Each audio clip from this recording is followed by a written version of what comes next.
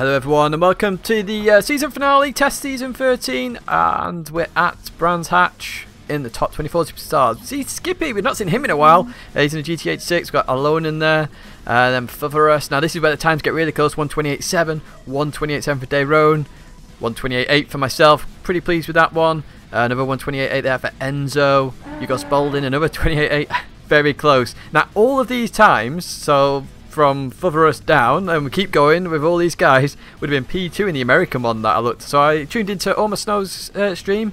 I think he won that race as well. Even now, they're still in P2. This is how competitive this field is.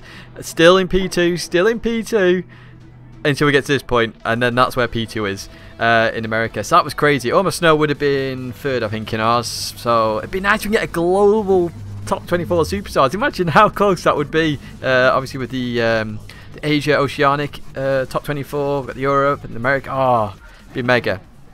However, let's start with this race. My first real annoyance, and you may have just seen it in the bottom right hand side. This season, test season 13, has fuel wear in it and tyre wear in it. Now personally for me, the bot isn't in the right place at the moment where you can introduce this, because some cars use more fuel than others. So for example, I did a quick test on 3 cars. I did it on the M4, the 86, which Skippy's in, as you just see Fotherus going down the inside into Druids there. That was a good move. I talked about that in my Brands Hatch track guide, remember? Into Druids, really good place. You see Enzo going off behind me there. But as I say, the bot's not in the right place for fuel and tyre consumption. Now, on the test I did, the GT86 and the BMW M4 was very similar. The M4 uses slightly less on a fuel saving mode compared to the GT86, which you've got to rev really far out. And then you had, I think I tried the 4C as well, and that was completely different again. So I don't think it's in the right place, because the bot has to be right before you can start looking at the fuel. You just see Dayrone going on the inside. I'm not sure whether Skippy's fuel saving here. Now you may have noticed already that I am short shifting. So my strategy initially, because I've only ever done 4 fuel races in GT Sport. One of them was a fun race. The other 2 were in this season. So the first race I did, which was Suzuka, I came second. I had no idea how bad the fuel mapping is. I was just using that for that race, expecting it to be all well and good, and you could just use that to adjust your fuel slightly. But short shifting and coasting, far better to do than even changing that fuel map system. The only annoyance is you need the fuel map on the screen to see how much laps are remaining, and I've got no rear view camera, so I have no idea occasionally what the hell's going on around me, and it's really frustrating. They need to change that. If you're going to introduce fuel map and tyre wear, give this camera a rear view camera, because otherwise what's the point? We'll have to change cameras, and being forced to change to a different camera when the bumper cam is as realistic as this camera in reality. We're not all on the camera and such, inside the cockpit. So as you just see Skippy going off, so give us all the rear view camera. Now you just see I make a slight mistake. That's just put me off a little bit, because I'm trying to fuel save. You just see me go from 2 back to 1 because I'm under pressure now from Hugo Spalding. I've been fuel saving for quite a while, and Hugo Spalding's now going to try and go around the outside. I did talk about this in my track guide as well. If you've got 2 very clean races, I know Hugo Spalding's a clean racer, I give him room, he gives me room, fair play there. As we then come into the next one, maybe he can't see me at this point because he just comes in a bit much there. That second tap is unintentional, I let off there. Razor saw that as well. Enzo sort of took advantage of that, tried to go past, but that didn't really work. But then just a little error there, just the increase of speed from just that tap from Enzo just boosted my speed, just knocked me wide a little bit. So it's all fair to be honest. Obviously we were side by side. The second tap with Hugo, he's just trying to turn in, and I'm trying to turn in at the same time. So I just let off to make sure he didn't spin there. So I'm down to 7th. At this point, I am going for a one-stop strategy. If you did, not one-stop, a non-stop, sorry. A non-stop strategy. I want to go all the way to the end. And as you see, I've got 10 laps of fuel. However, I've got 12 laps to do yet. So you got lap 4, lap 5, lap 6, lap 7, lap 8, lap 9, lap 10, lap 11, lap 12, lap 13, lap 14, lap 15. 12 laps. So I need to gain 2 laps from somewhere. And the reason I'm doing this is because in the first race with this fuel consumption, the guy didn't pit, and I didn't pit either, but he was short shifting and he gained so much fuel, and it was in the M4, so I was thinking, oh, I'll just do that, let's try it. We'll see how that goes a little bit later on, but even so, we're still racing with these guys, and we were keeping up with the leaders for a while until we made that little mistake, and then a few guys went through there. So we know we're still alright for pace. You know, a pit stop's going to be 25-30 seconds, and we were only sort of, you know, half a second to a second off on the lap times, and we're not in a 30 lap race, so at the moment we're all looking good. You can see Razor and Bam Enzo fighting with each other there. That GT86 is definitely a handful. The 4C is very strong in the corners, of course we've seen that in some past videos, but it's not very good on the straights. So that's something we're looking at in obviously the Group 3 cars in the bot test. So my thought at the moment is to try and keep Cuba Tom behind me. We've got MOSFET, you can see quite a queue of cars behind me now. And Brands Hatch is a very difficult track to overtake. So you've always got to keep that in mind, because yes, people can catch up to you, but they've got to overtake you. And some guys, and I suppose the pit and fuel shows that, you know, you can change your strategy a little bit. We just do a 129.9 there, so a good lap. Got 9 laps of fuel. Again, we still don't have enough. We need 11. So we're at the moment, I'm thinking that's fine, we can keep going. We can fuel save when everyone else pits, because I definitely know the Razor's going for it. I definitely know at this point Enzo is, because those two cars, they were consumed the most fuel, and to fuel save in those was a lot slower than the M4. Just see, I go up to the fuel map of 2 now, because I do need to save fuel. I need to gain 2 laps from somewhere. So that's what I'm going to start to do. And we're getting up to the halfway stage of the race, so this is the point where some of these guys are going to start to pit, because if you look at it from a logic perspective, pitting halfway through, you get the best tyres and best fuel rate. So you can just see Cuba Tom right behind me now. We're still keeping up with Bam Enzo, even though we're fuel saving, so it's all going fairly well at the moment. I don't want to fight too much with these guys, because I'm obviously going for longevity here rather than outright racing. That's also a bit I'll get onto in a little bit. But we're just going around this right-hander into the left here. We're still doing okay, so it's all good at the moment. You just see Enzo is pushing. You can really tell that, and you can tell that throughout this race. Cuba Tom very close to me, so I'm going to stick my car in the middle here. Make sure I'll try and get the best line, but keep Cuba Tom behind me. But of course, I'm on fuel map 2, so he's going to have a bit better run on the inside. So fair play to Cuba Tom. Down my inside, going up to Paddock Hill Bend. He's going to get that position. I want him to go ahead of me now. I don't want to race him. I want him to go so that I can at least get a bit of slipstream. That saves fuel, remember. However, he was a bit slow through Paddock, obviously, because he was on the inside line. And you just see MOSFET come very close behind me. Skippy back up to 10th position, so he's coming back through the field after that mistake earlier on. As we come into the left-hander, again, Cuba Tom makes a little error there, and I'm going to catch up to him again. And I'm like, come on, go, Cuba Tom. I don't want to fight you, go away. Just push as hard as you can. I know you're going to pit, so I'm really at this point like frustrated, trying to push. Go, leave me alone. As you see, MOSFET's behind me. So I try and go to the left a little bit to try and indicate I don't want to fight you. Just please push on, because it's better for me and it's better for you in the grand scheme of it as well. So we continue on now as we come up to this next corner. Remember these brake markers, the changing barrier colour, it's always very helpful, because that's never going to change unless somebody completely wipes out the barrier.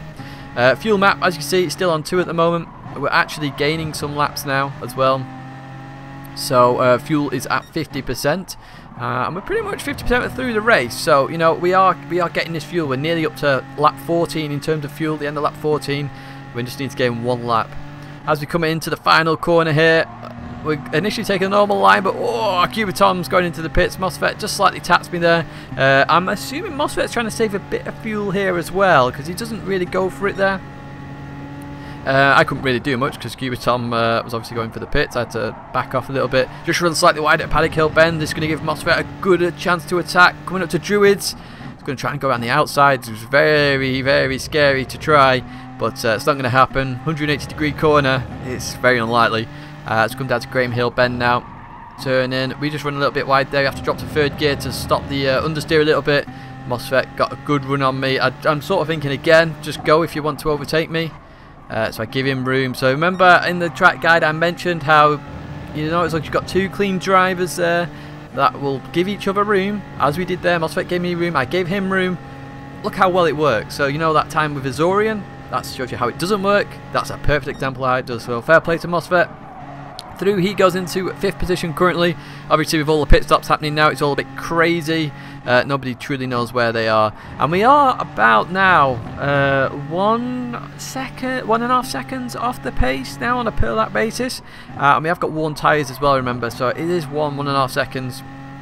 6 laps of fuel remaining. As I say, we're going to the end of lap 14 at the moment, not the end of lap 15, so we've still got to do some more fuel saving. We've got Christian behind us and GT Baka Momo now, but they're further behind, so we go to fuel map number 3.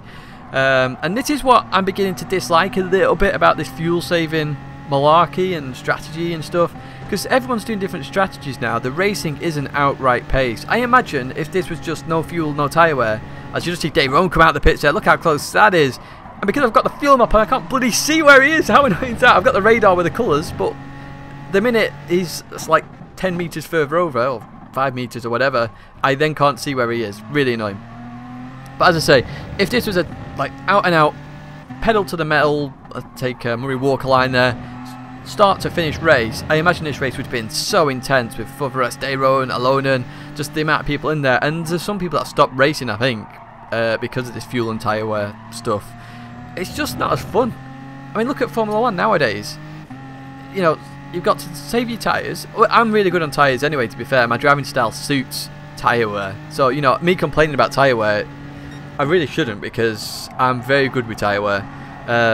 Because I'm not a very aggressive driver. As anyone who's bang on the throttle, bang on the brakes is going to wear out the tyres far more than a smoother driver who's just letting the car roll a little bit. But then the fuel situation in these cars, it's like a sprint race being forced to pit or forced to fuel save in a sprint race. It's bizarre. I would never... It's like Blancpain GT. I would never do that. I'd just make a mistake. Alonen's already pitted, of course, so I just want him to go as well because he's well ahead of me. That's a net gain for him. I'm not going to keep him behind because I've got to save fuel. We're now 14.1 laps of fuel remaining-ish, so we've got to get 0.9 from somewhere. But as I say, fuel saving malarkey, I just don't like it. It's just horrible. And we're now 14.3 laps into well, with fuel left. That's where we're going to finish. Fuveras just comes out the pit, so obviously he was fuel saving a little bit there, and he's falling behind Alonen and Dayron, but he has the fastest lap, so we'll have to see what happens with that one. But yeah, I just don't like it. I think Nations Cup should be pedal to the metal. I mean, if you watch the E3 video, you've got 4 guys that are so close. You got everyone's so close. Here, look at it. The whole field's spread out. It's just daft. The only positive from this is probably VP Beloff. As you see, he's in 5th position at the moment. He's done, or she's done, he, she, I don't know, I don't know them. They've done a cracking strategy. They started 15th and they're up to 5th at the moment. So I'm at the moment thinking they must be fuel saving like me. But we'll find out in a little while that they've actually done a completely different strategy to everybody, and that is actually their position, which is scary. So you can see there it's 6.3 seconds. It's going down obviously because I'm coasting. You can see I'm coasting a lot now. I'm trying to get this last little bit of time out, so that when they do catch up to me, these guys, so you've got Razor, Hugo in there, Cubatom, they were all around me at the time when they pitted, that I've got enough fuel to perhaps go a little bit quicker and defend that position. That's my thought now, because I know I've done the wrong strategy here, because Alonen, Dayron, Fuveras, they're all ahead of me, even though I'm not pitting and they have. So I know I've done the wrong strategy here. It's all about now trying to protect that. Dayron has to go in the pits again, didn't fuel enough apparently. So he's in the pits again, so we're going to overtake Dayron into 3rd position at the moment.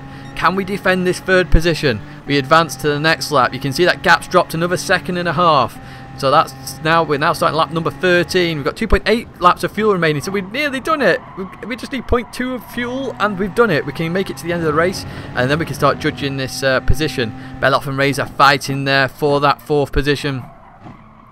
And you can see I'm still fuel saving the tyre wear. Look at that, we're down to nearly half. As we come across the line, and you can see they've caught me up, but we've got enough fuel now. We've got 2 laps remaining, 2 laps of fuel, so we can now concentrate a little bit on this. But the problem is I can't see a damn thing because there's fuel map. So at this point I'm guessing where he is. I have no idea where he is. You can see on the radar there's no red circles there. I run slightly wide. I'm trying to get the radar back on. Very frustrating, absolutely hate it. I've got Razor now on my right side. I now got the radar on so I can see where he is. I mean, how I'm meant to race clean with not being able to see anything behind me is stupid. But as you can see, they're fighting behind as well. So Razor, you got Spalding looks like he makes a move into this corner.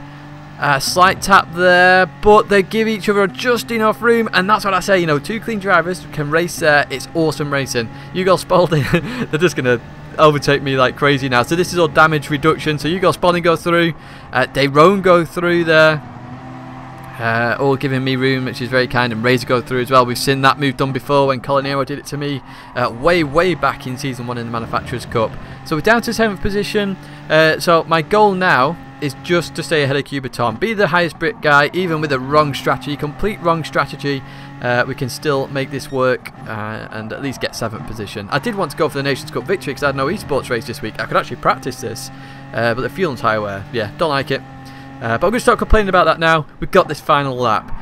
We've got 1.5 seconds to hold off. We've got really worn tyres. They're half done. Oh, I just see Razor there. Look at that. Just nearly lost it at the last corner. I did mention that in the track guide. You touch that gravel, it'll start pulling you in, but you managed to get it out and sort of nearly lose rear end. 1.1 laps of fuel remaining. 1 lap remaining. It's the final lap, of course.